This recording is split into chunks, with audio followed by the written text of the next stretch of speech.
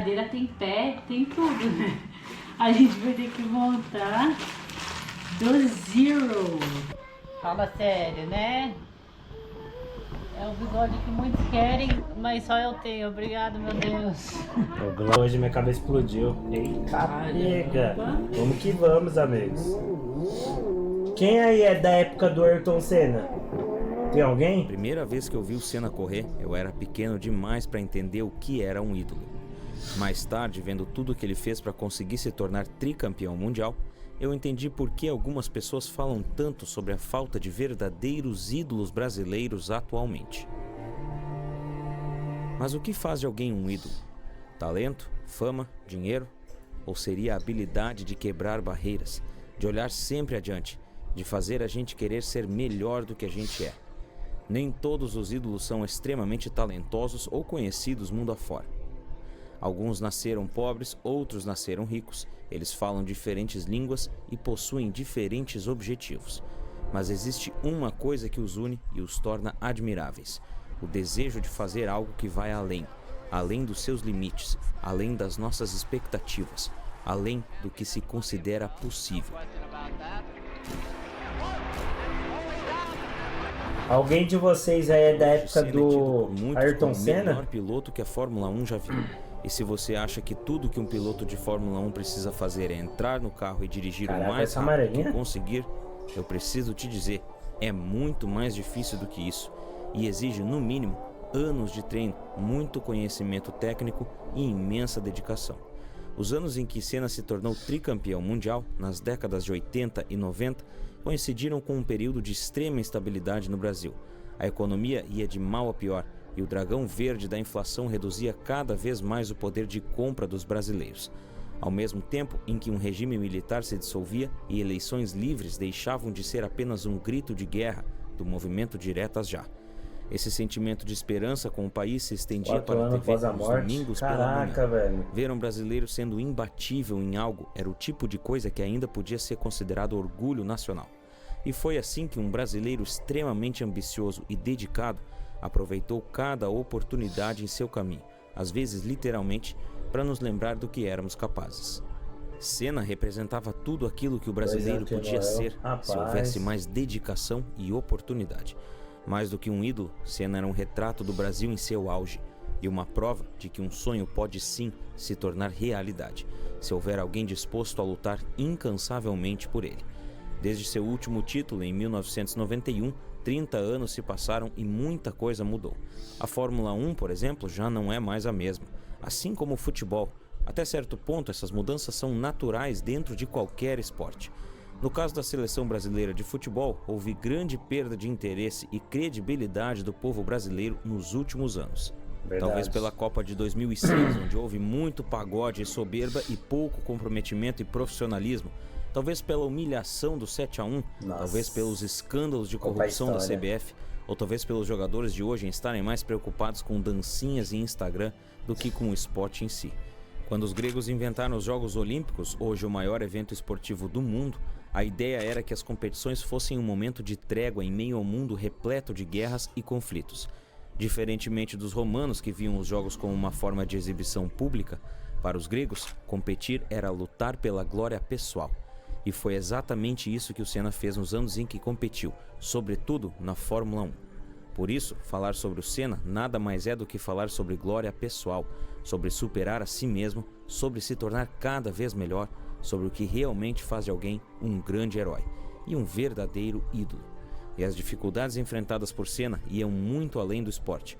Enquanto os brasileiros enfrentavam as dificuldades econômicas e as instabilidades políticas do Brasil na época, Senna enfrentava politicagens e favoritismos dentro e fora das pistas. A sua trajetória e como ele se tornou um dos maiores ídolos brasileiros, mesmo desafiando as probabilidades, é exatamente isso que você vai ver nesse vídeo. Fala galera, aqui é o Thales do canal Elementar. Se você é novo por aqui, a gente fala sobre economia, negócios e empreendedorismo.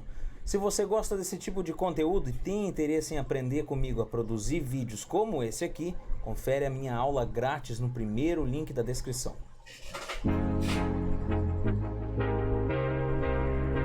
Horas antes do fechamento da lista de equipes e pilotos para o campeonato de 1990, Senna ainda não estava inscrito e por pouco não ficou de fora da disputa. No final do campeonato de 1989, após uma conturbada decisão do então diretor da FISA, Jean-Marie Balestre, que prejudicou Senna, o piloto ficou inconformado e resolveu criticar a decisão, dizendo que havia sido roubado. E Balestre considerou isso como um desacato à autoridade e acabou por suspender Senna. A politicagem tira a diversão de qualquer coisa, e na Fórmula 1 não é diferente. Ela é notória e muito antiga. Jean-Marie Balestre, um dos mais arrogantes diretores da FIA, ainda multou Senna em $100 mil e exigiu que ele se retratasse pelo desacato, revogando assim a sentença da suspensão para poder disputar o campeonato de 1990. E isso diz muito sobre a Fórmula 1. A arrogância e a politicagem estragam qualquer coisa, especialmente no esporte, onde o lema deveria ser que vença o melhor. Talvez cansado dessa politicagem, numa entrevista em 1993, Senna mesmo disse que o piloto que ele mais gostou de competir foi um inglês chamado Terry Fullerton, no Campeonato Mundial de Kart, no final da década de 70. Ele disse que a disputa com Fullerton era a melhor lembrança de toda a carreira, incluindo o período na Fórmula 1, porque Fullerton era para ele um piloto completo, era competição pura, automobilismo puro, sem política nem dinheiro envolvido. E é precisamente aí que começa a história do Senna no automobilismo, em 1973, no kart. Nossa, no kart, hein? Rapaz. Com apenas 4 anos de idade, Senna ganhou um brinquedo que seria o início de uma trajetória brilhante no automobilismo, um kart feito pelo seu pai. Dali em diante começou uma grande paixão pelas 4 rodas, que o levou a competir oficialmente ainda na adolescência, aos 13 anos. Ele venceu a primeira prova oficial de kart da qual participou, no kartódromo de Interlagos, e 4 anos depois venceu o campeonato sul-americano de kart. Quando criança, Senna prestava muita atenção nas aulas para que não precisasse estudar quando chegasse em casa. Assim, teria mais tempo para brincar, ou melhor, para pilotar, seu hobby favorito. Desde criança, Senna pilotava praticamente qualquer coisa que tivesse pelo menos 2 rodas. Foi no kart que Senna usou pela primeira vez o capacete amarelo com uma faixa verde e uma faixa azul, que se tornaria talvez sua principal marca registrada. Ele continuou competindo nessa modalidade por vários anos, participando de vários campeonatos mundiais e ganhando vários no Brasil. Em 1981, aos 21 anos, Senna resolveu entrar no mundo dos carros, na Europa. No mesmo ano, venceu o campeonato inglês de Fórmula Ford 1600. Era um verdadeiro prodígio. Mas apesar de ter saído extremamente bem em praticamente tudo que disputou, tanto dentro quanto fora do Brasil, Senna não tinha patrocinadores e por isso precisou voltar para o Brasil. Apesar de vir de família abastada, Senna era um dos responsáveis por tocar os negócios da família, que de certa forma não o apoiava totalmente em sua decisão de se tornar piloto. De volta ao Brasil, Senna trabalhou por um tempo na loja do pai, mas logo retornaria à Europa para competir. Em dúvida sobre dar prosseguimento ou não à sua carreira de piloto, Senna resolveu dar mais uma chance às pistas, em 1982, quando aceitou competir na Fórmula Ford 2000 pela equipe Russian Green Racing, e o carro, mais rápido que o do ano anterior, logo fez ele esquecer qualquer dúvida que ainda restasse. O brasileiro ganhou 22 das 28 corridas naquele ano, o que fez dele campeão europeu e britânico da categoria. Nos 6 primeiros GPs, Senna conseguiu conquistar a pole position, liderar a prova do início ao fim e ainda marcar a melhor volta durante a corrida, demonstrando um verdadeiro domínio sobre o automóvel e as técnicas. Ayrton Senna também protagonizou episódios na Fórmula Ford 2000 que já mostravam que ele definitivamente não era um cara comum atrás do volante. O mais marcante deles no circuito de Snetterton, quando mesmo tendo perdido os freios dianteiros do carro na primeira volta, Senna ainda conseguiu vencer a corrida, algo que muitos considerariam simplesmente impossível. Mas fazer o impossível nunca pareceu ser um problema para Senna, o que fez com que várias equipes de outras categorias ficassem de olho no talentoso jovem que, aos poucos, mostrava a que veio. Em 1983, Senna começou a competir na Fórmula 3 britânica, participando da equipe West Surrey Racing. Ele já entrou no campeonato como favorito graças à sua incrível performance nos anos anteriores. E não deu outra, Senna venceu as primeiras 9 corridas daquele ano, eventualmente levando o título da Fórmula 3 britânica. A essa altura, Senna já havia sido campeão em várias modalidades, batido incontáveis recordes, impressionado vários chefes de equipe e até mesmo conseguido o impossível em um carro sem freios. Mas sem freios mesmo era sua determinação, e era hora de dar o próximo passo rumo à glória dos motores. Havia chegado a hora de competir com os gigantes da Fórmula 1. Caraca, 1984. Senna entrou oficialmente na Fórmula 1 em 1984. A Fórmula 1 é a categoria mais avançada do automobilismo a nível global. E inicialmente pilotando os carros da Toleman, que nem de longe eram tão bons quanto os da Williams ou da McLaren, Senna iniciou sua trajetória na Fórmula 1 fazendo história. Isso ficaria evidente, assim como sua imensa vontade de vencer, no GP de Mônaco, onde conseguiu alcançar os até então líderes da corrida. Depois de largar em 13º, Senna, com sua limitada Toleman, aproveitou seu bom ritmo, aliado com as dificuldades e erros dos adversários, para se aproximar rapidamente do pelotão da frente. Mônaco por si só é uma pista fechada e com poucas oportunidades de ultrapassagem. E a chuva que caía naquele 3 de junho de 1984 dificultou as coisas para todos. Na volta 10, Senna já era o 7º colocado e avançou ainda mais pelo grid, até fazer uma ultrapassagem espetacular em Niki Lauda, ficando 35 segundos atrás somente da McLaren de Alain Prost. A diferença de 35 segundos foi caindo e chegou a 7 segundos na volta 31. E foi aí que Jack Ickx, diretor de prova, encerrou a corrida, alegando falta de condições para os pilotos continuarem a disputa. Reginaldo Leme afirmou anos depois que Ickx revelou para ele que foi pressionado por Jean-Marie Balestre a encerrar a prova, declarando Alain Prost vencedor da corrida antes que ele fosse ultrapassado por... Patrocinei o vídeo no YouTube e vou mandar o link no sussurro de vocês aí, beleza? Valeu, mano. Tamo Beleza, junto, Samuel. mano. Obrigado, mano. Ayrton. Ickx, em entrevista, nega qualquer tipo de interferência e assume toda a responsabilidade da decisão, e que ela foi tomada para garantir a segurança dos pilotos e espectadores. E já na sua primeira temporada na Fórmula 1, Senna sentiu o gosto amargo das decisões fora das pistas. O GP de Mônaco de 1984 foi encerrado de forma relativamente atípica, devido à forte chuva.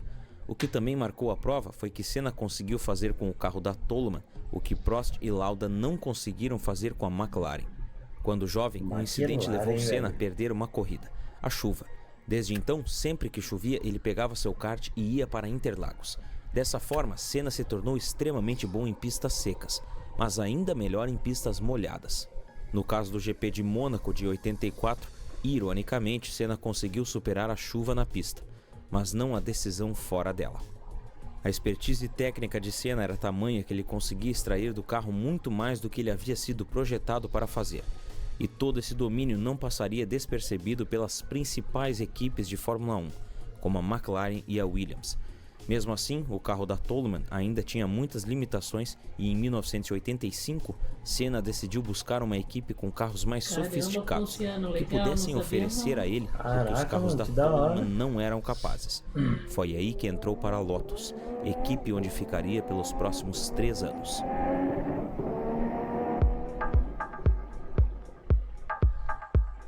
Senna crescia e almejava muito mais. Por isso a decisão de trocar a Toleman pela Lotus. Enquanto isso, no Brasil, a situação era delicada e as coisas não iam tão bem assim. O Brasil de Senna, nas pistas, contrastava com o Brasil de todos nós, aqui, onde a inflação batia recorde, dia após dia. A década perdida, como ficaram conhecidos os anos 80 aqui no Brasil, foi um verdadeiro caos do ponto de vista econômico. O desempenho da economia brasileira de João Figueiredo era instável, bem diferente do que Senna demonstrava nas pistas. Em 1973, a inflação no Brasil era de cerca de 15,6%. Em 1980, esse número havia saltado para mais de 100%. Ironicamente, a década de 80 assistiria a primeira vitória de Senna, numa reviravolta incrível. No GP de Portugal, a segunda prova daquele ano, o brasileiro cruzou a linha de chegada em primeiro lugar no emblemático Lotus Renault preto. Essa foi a primeira vitória de Senna na Fórmula 1, batendo carros como Williams, McLaren e Ferrari. A partir daí, Senna continuou mostrando que veio determinado não somente a vencer, mas a ser o melhor. Conquistou mais uma vitória, mais 4 pódios e 7 pole positions, terminando o campeonato em 4º lugar. Em 86, a performance dele se manteve estável. Mesmo competindo contra carros mais fortes da Williams e da McLaren, Senna fechou a temporada com 2 vitórias, 6 pódios e 8 pole positions, mais uma vez ficando em 4º lugar na temporada. No ano seguinte, a Lotus adotou os motores Honda no lugar dos motores Renault, mas mesmo com a mudança, o desempenho de Senna se manteve estável, conquistando 2 vitórias mais uma vez e 8 pódios no total. Ao longo de todo o seu tempo na Lotus, Senna obteve excelentes resultados em várias ocasiões, chegando até a liderar o campeonato. Era evidente que o piloto brasileiro ainda tinha um enorme potencial a revelar e que era só uma questão de tempo até acumular diversas vitórias na Fórmula 1. Que foda. Aí sim. Depois de deixar a Lotus, ele deu o próximo passo em 1988, dessa vez unindo forças com a McLaren, que também resolveu firmar parceria com a Honda, formando a McLaren Honda. Seu companheiro de equipe, o então bicampeão Alain Prost. Naquele ano, Mônaco mais uma vez foi palco de uma façanha do brasileiro. Durante os treinos qualificatórios, ele conseguiu um tempo quase 1,5 segundos abaixo do de Prost, que corria com o carro idêntico. Parece pouco, mas quando a gente fala de uma categoria extremamente sofisticada como é a Fórmula 1, cada segundo conta, literalmente. Senna declarou que foi naquele dia que ele percebeu que já não estava mais dirigindo conscientemente.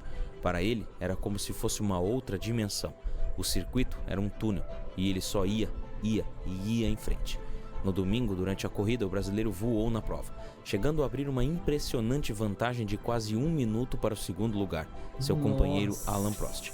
Senna estava tão destinado a humilhar seu companheiro Prost que o próprio francês declarou que ele não queria apenas derrotá-lo, mas sim mostrar a todos que Senna era muito melhor do que ele. Prost também disse que essa qualidade particular de Senna era seu ponto fraco. Então, ignorando uma mensagem de rádio que o avisava para ir mais devagar e administrar as últimas voltas para vencer a corrida tranquilamente, Senna acabou batendo e a prova ficando para Prost. Senna declarou mais tarde que ele chegou tão perto da perfeição naquele final de semana que acabou relaxando. Abriu espaço para erros e foi aí que ele aprendeu com isso. Mas isso não abalou o desempenho de Senna na temporada. No GP do Japão, um dos seus momentos mais inesquecíveis. Seu carro falhou na largada e ele acabou caindo para a 17ª posição. No meio de tudo, começou a chover. Senna conseguiu ultrapassar 15 carros e chegar no primeiro colocado, Prost. Ao completar a 20ª volta, Prost já podia ver Senna pelo retrovisor e não teve quem o parasse. Na 27ª volta, Senna resolveu agir, entrando melhor que Prost na descida da reta dos boxes e aproveitando o vácuo do companheiro de equipe, estava mais rápido e determinado a ultrapassar Prost. Quando Prost viu que ia ser ultrapassado, era tarde demais. Senna era visivelmente mais rápido, tão rápido que cruzou a linha de chegada em primeiro, 13 segundos à frente de Prost. Na madrugada de 30 de outubro de 1988, Senna se tornava campeão mundial de Fórmula 1. Nossa, deve ser muito foda, hein? Campeão mundial. O lendário McLaren Honda MP44 levou Senna à vitória 8 vezes durante 1988. E o brasileiro finalmente se tornou campeão mundial de Fórmula 1. A McLaren simplesmente dominou o campeonato. De todas as 16 corridas da temporada, as McLaren com motor Honda venceram 15. O MP44 marcou os brasileiros pelo primeiro título do Senna. Mas ele não foi só isso, foi simplesmente um dos melhores carros de corrida já feitos. E na temporada de 1988 foi pilotado por 2 dos melhores pilotos da história da Fórmula 1. A conquista do maior campeonato de automobilismo do mundo terminou de consagrar Ayrton Senna como um ídolo da nação brasileira. E é fácil entender por quê. Em um período onde o povo brasileiro passava por situações difíceis, onde a renda da população caiu e o desemprego aumentou, Senna era um sinal de esperança para o brasileiro. Para se ter uma ideia, em 1993, apenas 2 anos após Senna ter se tornado tricampeão mundial, a inflação atingia 2.500%. Durante a década de 80, o PIB sofreu uma forte redução. A situação não estava nada boa para o brasileiro comum. Toda a incerteza causada por essa flutuação econômica gerava um sentimento de desesperança com o cenário do país. Enquanto isso, Senna continuava lá fora, derrotando lendas do automobilismo e carregando na cabeça as cores do Brasil, e na mão a bandeira. Rumo ao topo, corrida após corrida, temporada após temporada. Senna era o Brasil que tinha dado certo. Assistir a TV aos domingos e ver um cara tão talentoso dando o melhor de si, lutando pelo que acreditava e carregando a bandeira do Brasil na frente de tantas outras, era algo que enchia as pessoas de orgulho. A sensação de ver a justiça sendo feita e Senna sendo reconhecido como o melhor naquilo que fazia, dava ao brasileiro uma sensação de satisfação e uma ponta de esperança de que a situação poderia melhorar por aqui. Ninguém pode parar um brasileiro empenhado e focado em fazer o melhor. Essa era a mensagem que Senna nos passava toda vez que cruzava a linha de chegada em primeiro lugar. O ano do primeiro título de Senna, em 1988, será que se ele tivesse vivo, ele que uma nova Constituição Federal entrava em vigor no Brasil, a que usamos até os dias de hoje. Em 1989, a política brasileira parecia encontrar seu caminho com a primeira eleição presidencial direta do país. Também em 1989, a política encontrou o caminho de Senna, mas da pior maneira possível. Declare seu amor pela comida com Estomazinho.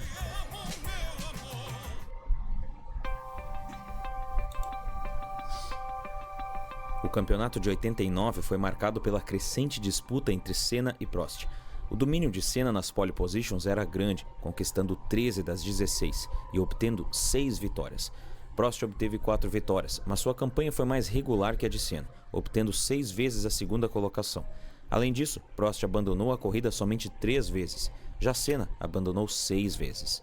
A rivalidade entre os dois pilotos tomou forma a partir do GP de San Marino, onde Prost acusou Senna de ter descumprido um acordo que havia entre eles, de não ter ataque na primeira volta. Porém, há um desentendimento entre as duas partes sobre os acontecimentos da corrida. Na quarta volta, Gerhard Berger se acidentou e a corrida ficou paralisada por aproximadamente 1 hora. Na relargada, Senna ultrapassou Prost, pois para Senna se tratava de uma relargada. O francês discordou e o clima a partir dali foi de guerra total dentro da equipe. Senna e Prost não eram somente companheiros de equipe, eles haviam se tornado rivais. A disputa para retornar à pista através da área de escape. Mesmo com a frente de sua McLaren avariada pelo acidente, Ayrton insistiu na luta pelo título e foi aos boxes trocar sua asa dianteira.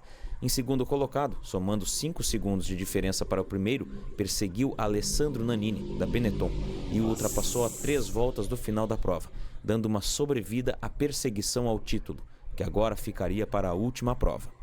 Porém, o presidente da Federação Internacional de Automobilismo realizou uma manobra favorecendo o compatriota Prost. Essa decisão acabou com as chances de título de Senna e Prost levou o campeonato, algo que Senna nunca engoliu. De acordo com o artigo 56 do Código Disciplinar da Fórmula 1, em 1989, se um carro ficasse parado no meio da pista, os comissários poderiam removê-lo para um local seguro. E se o piloto conseguisse fazer o motor voltar a funcionar, poderia voltar à prova. O que a FIA enxergou como uma irregularidade foi o corte da chicane. Após a batida, os carros de Senna e Prost ficaram posicionados fora do traçado, e como o brasileiro não voltou para a pista no mesmo ponto onde saiu, foi desclassificado por uma manobra fora da pista. A decisão dividiu opiniões, pois para não cortar a partir dessa decisão, o campeonato havia acabado para Senna, e Prost era o campeão. Nas semanas que se seguiram, houve muita repercussão, ataque de Senna a Balestre, suspensão de Senna, multa de $100 mil e Balestre exigindo uma retratação de Senna pelos ataques, como se isso fosse ajudar em alguma coisa.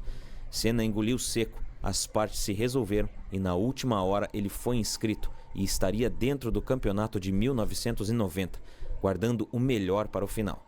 Anos depois, em entrevista ao jornal francês L'Équipe, Balestre confessou que prejudicou intencionalmente Senna para dar uma ajudinha a Alain Prost. Talvez o grande rival de Senna não estivesse dentro das pistas afinal. Em 1990, Senna seguiu na McLaren e Prost foi para a Ferrari, já que a situação entre os dois estava insuportável.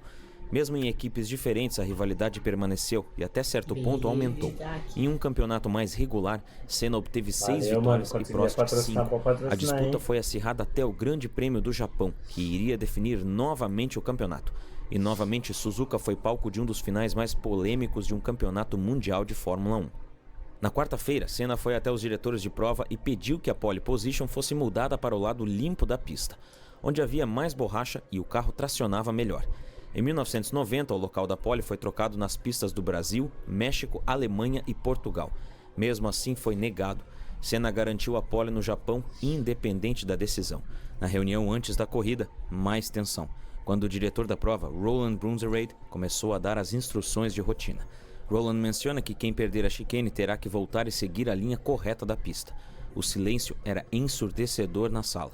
Até que Nelson Piquet resolve trazer de volta a polêmica manobra de Senna, um ano antes, dizendo que seria muito perigoso voltar e andar no sentido contrário da pista para poder voltar para a prova. Com o diretor da prova e todos os pilotos concordando com a proposta de Piquet, Senna se levanta e deixa a sala de reuniões decepcionado, pois sem dizer uma palavra, ele viu todos concordando com a manobra dele um ano antes, quando foi punido e perdeu o campeonato.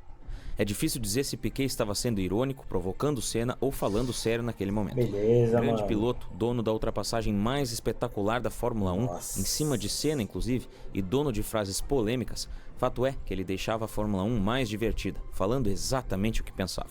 Irônico ou sério, o comentário de Piquet e a posterior aprovação de todos deixou Senna ainda mais tenso, com todas as manobras fora das pistas que sempre pareciam lhe prejudicar. Com tudo isso na cabeça, Senna foi à pista.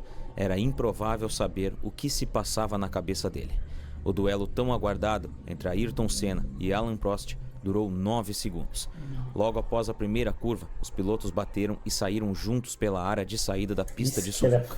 O inevitável aconteceu.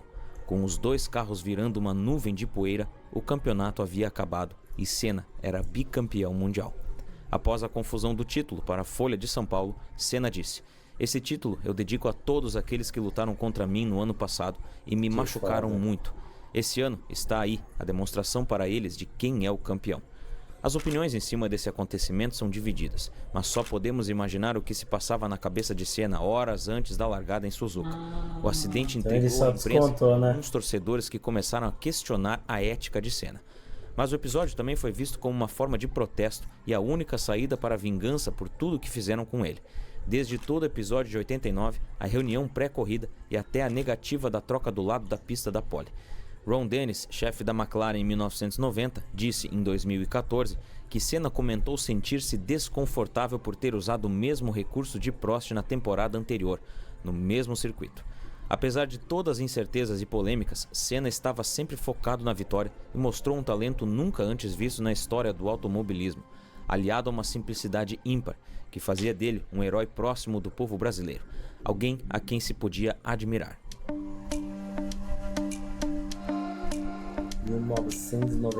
1991 viu uma temporada de domínio de Senna, com 7 vitórias. Quem ameaçou o campeonato de Senna a partir da metade do campeonato foi Nigel Mansell, com 5 vitórias. Mas ainda assim, a campanha de Senna foi mais estável. Os dois pilotos protagonizaram uma cena incrível no GP da Grã-Bretanha. Após a vitória de Mansell, Senna ficou sem combustível e ganhou uma carona do inglês até os boxes. O MP46 era um carro extremamente competitivo e confiável. Ele é até hoje o último carro de Fórmula 1 a ganhar um campeonato mundial usando uma transmissão manual ou um motor V12. 1991 também viu o surgimento de um carro extremamente avançado, que sofreu no início da temporada. O Williams FW14 fez sua estreia no Grande Prêmio dos Estados Unidos de 1991. Era o carro mais avançado tecnicamente na competição, mas várias dificuldades durante a temporada impediram o progresso inicial da equipe. Mansell abandonou várias vezes devido à nova transmissão semiautomática, com a maioria acontecendo enquanto ele estava em posição de vencer as corridas. Um desses abandonos foi na icônica corrida de Interlagos, quando Mansell rodou na volta 61 e abandonou a corrida com problema justamente no câmbio. A corrida foi icônica porque Senna também teve problemas no câmbio manual da McLaren. Senna, em entrevista pós-corrida, disse: "Faltando 8 voltas para o final, a única marcha que entrou foi a sexta. Quando eu tentava mudar, entrava o ponto morto. Coloquei a cesta e fui em sexta as 7 voltas que faltavam. O esforço de Senna era visível no pódio. A Williams foi melhorando e obteve bons resultados para Mansell a partir do meio da competição, conforme podemos ver na tabela de resultados do campeonato, onde parece que a Williams simplesmente acordou no GP do México e a partir dali obteve 4 vitórias consecutivas de Riccardo Patrese e Nigel Mansell. A Honda respondeu com versões atualizadas do motor V12, enquanto a McLaren redesenhou vários recursos do carro para poder competir com a Williams. Senna venceu na Hungria e na Bélgica antes de conquistar seu terceiro e último campeonato de pilotos. O carro da Williams, FW14, que correu em 91, é o antecessor daquele que é considerado o carro mais sofisticado tecnologicamente que já competiu na Fórmula 1. Em 1992, o FW14B apresentava transmissão semiautomática, suspensão ativa e controle de tração. Rapaz, esse negócio deve travar, assim, deve ser foda, hein? Em 1992, Senna lutou, mas a McLaren não conseguiu ter um carro competitivo. Nas 2 primeiras corridas de 92, a McLaren continuou com o MP4-6, atualizado para a especificação B. O modelo substituto, MP4-7A, era esperado para o Grande Prêmio da Espanha, a 4ª corrida do ano. No entanto, devido à velocidade das Williams nos testes de pré-temporada e o domínio nas 2 primeiras corridas, a McLaren lançou o carro uma corrida antes, no Grande Prêmio do Brasil, 1 mês antes do esperado. Esse foi o primeiro McLaren a usar uma transmissão semiautomática.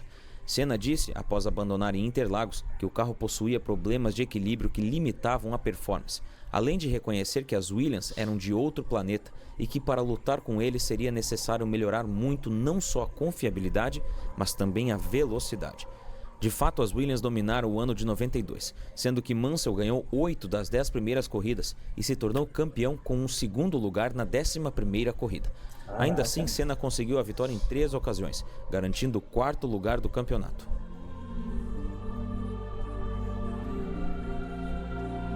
O carro para 1993 era o mais avançado de todos os tempos da McLaren. Com aparatos eletrônicos como controle de tração, controle de largada, suspensão ativa e freios ABS, o carro era impulsionado por um motor Ford Cosworth, o qual possuía 80 cavalos menos que o motor Renault da Williams e 30 cavalos menos que o Ford da Benetton, que tinha direito a uma versão mais evoluída do motor, por contrato. O McLaren MP48 não foi o carro mais rápido guiado por Ayrton Senna, mas é lembrado pelas façanhas de Senna desafiando as Williams de Prost e a Benetton de Michael Schumacher, a grande volta de Donington Park e o domínio de Mônaco. Após não correr em 92, Prost voltou em 93. Ao contrário do que se imaginou, Senna e Prost disputaram tudo dentro das pistas. Em 93, Senna venceu 5 das 16 corridas do ano e terminou o campeonato em 2º lugar. Prost conquistou seu tetracampeonato e se aposentou no final do ano. Era o fim de uma era e de uma rivalidade histórica. A onda de fanatismo que vivemos em outras épocas e que ainda presenciamos hoje nos torna muito mais propensos a ter inimigos e não adversários. A diferença é que inimigos não nos engrandecem, não nos levam ao nosso limite, não nos fazem querer melhorar a ponto de sermos melhores do que eles, porque isso é o que faz um adversário. Senna e Prost não eram inimigos, e sim adversários. Essa rivalidade marcaria praticamente toda a trajetória de Senna, desde quando entrar na Fórmula 1 ainda era um sonho relativamente distante. Foi quase sempre na tentativa de superar que ambos ultrapassaram os limites e, de certa forma, agiram como inimigos. Mas essa não era a verdadeira natureza da rivalidade entre os dois. Senna e Prost queriam superar um ao outro. Durante os treinos do GP da Bélgica em 1992, o piloto francês Eric Comas, da Ligier, bateu forte na curva Blanchimont e seu carro ficou no meio da pista. Ao passar por Comas, mesmo em alta velocidade, Senna notou o acidente, parou o carro o mais rápido possível e desceu para ajudar. Senna prestou os primeiros socorros a Comas e esperou até a equipe médica chegar. Ao perceber que o colega estava desacordado e com o pé no acelerador, ele imediatamente desligou o motor do carro, evitando assim uma possível explosão. Em geral, nossos ídolos não são muito diferentes de nós. Pessoas comuns passando pela vida com a sua cota de alegrias e tristezas. O que faz com que eles se destaquem na multidão é a forma como encaram seus obstáculos. Aprendendo a correr melhor em dias de chuva, é a forma como acreditam sempre em algo maior, desejando vencer para homenagear um amigo, é a coragem que possuem de desafiar seus limites, tentando extrair muito mais do que o carro foi projetado para fazer, é a confiança de que não importa o que aconteça, sempre existirá algo pelo qual vale a pena lutar. Pessoas assim revelam o que há de melhor em nós, seres humanos. Elas nos mostram que somos capazes e, por fim, nos deixam com a recordação do quão extraordinário nós podemos ser se conseguirmos ser um pouco mais como elas. Porque não é sobre talento, fama ou dinheiro. É sobre ser e dar o melhor de si. Mesmo esquecendo dos problemas nos domingos pela manhã, assistindo Senna dar o melhor de si, a situação do brasileiro precisava mudar. E pela 13ª vez desde 79, o Brasil iniciava mais um plano para conter a hiperinflação. O Plano Real foi um conjunto de reformas econômicas implementadas no Brasil. Seu objetivo principal era combater a hiperinflação no país. E assim começava o ano de 94 no Brasil, com a promessa de estabilidade econômica. Estabilidade era tudo o que precisávamos. Ó, nem existe mais esse de R$1. Caraca. Em 1994, o carro apresentado pela Williams era o FW16. Ele foi projetado em torno das principais mudanças nos regulamentos que a FIA introduziu, banindo os vários dispositivos eletrônicos que haviam sido usados pelos carros durante as 2 temporadas anteriores. Segundo Adrian Newey, designer-chefe do projeto do FW16, a Williams havia esquecido como lidar com uma suspensão que não fosse ativa, já que utilizavam esse recurso nos últimos 2 anos. O design aerodinâmico de Newey dependia muito de uma suspensão estável e na Williams de 92 e 93, que possuía uma suspensão ativa, casava muito bem. Porém, deixava a Williams de 94 extremamente instável em pistas com qualquer variação no asfalto. Essencialmente, a asa dianteira era muito baixa e sem a suspensão ativa para corrigir as ondulações ou frenagens, a asa encostava no solo e, consequentemente, cortava o fluxo de ar por baixo do carro. Sendo assim, a ação aerodinâmica do assoalho e dos difusores laterais eram nulas. Por isso, o carro era instável. Mudanças na cabine também foram projetadas para atender o desejo de Senna de ficar mais confortável no carro. A grande mudança era no design da coluna de direção, a qual passou por um processo de solda para ajustar a posição do volante de acordo com a preferência pessoal de Senna. Senna ainda comentou sobre o FW16 durante os testes de início de temporada. Estou desconfortável no carro. Parece errado. Trocamos o assento e o volante, mas mesmo assim eu estava pedindo mais espaço. Além disso, o carro tem características próprias que eu ainda não estou totalmente confiante. Ele então conversou com seu antigo adversário, Alain Prost, sobre a Williams do ano anterior. Ouviu de Prost que o FW15C era muito mais difícil de dirigir do que as pessoas pensavam. Prost descreveu o controle do carro como estranho. O carro, no entanto, esteve na pole nas 3 primeiras corridas, mas segundo Newey, era tudo Senna. Nenhum outro piloto teria conseguido isso com o FW16. Embora fosse rápido, o carro provou que as dificuldades aerodinâmicas eram o grande empecilho para o sucesso dos primeiros testes e do início da temporada. Houve tentativas de corrigir as falhas de design a tempo para a 3ª corrida, no Grande Prêmio de San Marino. No treino de qualificação de San Marino, o piloto austríaco Roland Ratzenberger morreu em um acidente quando a asa dianteira do Syntec que ele pilotava se soltou, fazendo o carro perder o controle e colidir a mais de 300 km por hora com um muro. Senna estava convicto de que competia contra um carro ilegal, a Benetton de Schumacher. Então, em Imola, perguntou a Newey o que a Williams poderia fazer a respeito. A resposta foi que eles haviam encontrado o problema durante um teste aerodinâmico e que ele estaria correndo em um carro muito melhor depois de Imola. 220 milhões por ano. Rapaz, é muito dinheiro.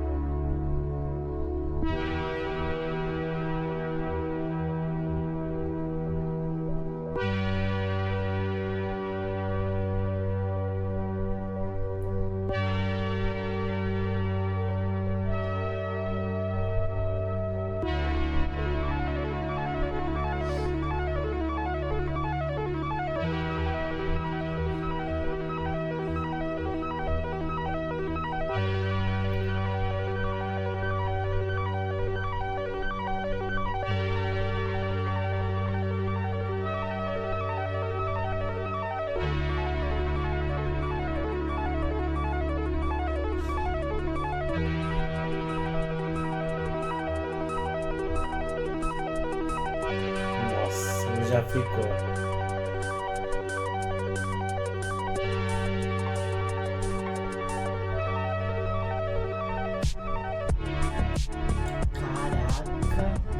O que você achou dessa produção exclusiva nossa aqui do canal Elementar, da história emocionante do nosso Ayrton Senna e do meu bonezinho da Nacional? Responde aqui embaixo que eu quero saber. Se você quer aprender a criar documentários como esse aqui, confere uma aula grátis minha no primeiro link da descrição, onde eu te mostro como eu comecei aqui no YouTube nas horas vagas e transformei isso em um negócio sólido e lucrativo. Para assistir é só rolar a tela aqui para baixo e clicar no primeiro link. Aproveita e compartilha esse vídeo com um amigo para nos ajudar a levar esse conteúdo mais longe. E nos segue lá no Instagram. Caraca, velho. Muito bom esse vídeo. Nossa, que hein? vídeo bom, hein? Doido. Nossa, a E que dele história, hein? realmente, né? Marcante, caraca. Rapaz, mesmo os brasileiros, né, sofrendo tudo, dia de domingão na pior era fase sagrado, também né? do Brasil, né? Ele levantava a bandeira, né? Nossa, cara, que história, que velho. história. Essa competição dele também com o Prost, né? Nossa, Mano, foi foda. Não, mas isso que é da hora. Você Sim. tem aquele adversário que você fala, cara, Ele o cara meu é bom, mas eu adversário, quero... Mas eu também sou bom, É. né? Nossa, que foda, velho. Na mesma corrida que o Senna morreu foi a primeira vitória do alemão Schumacher, que hoje em dia se encontra em estado vegetativo. Nossa, 7 vezes campeão, né? Mundial. Caramba. Hoje em dia é o Lewis Hamilton ou não? Que é o maior campeão ou não? Rapaz, mano. Imagina uma série que... Muito bom ver o Real Madrid. É triste mesmo, velho.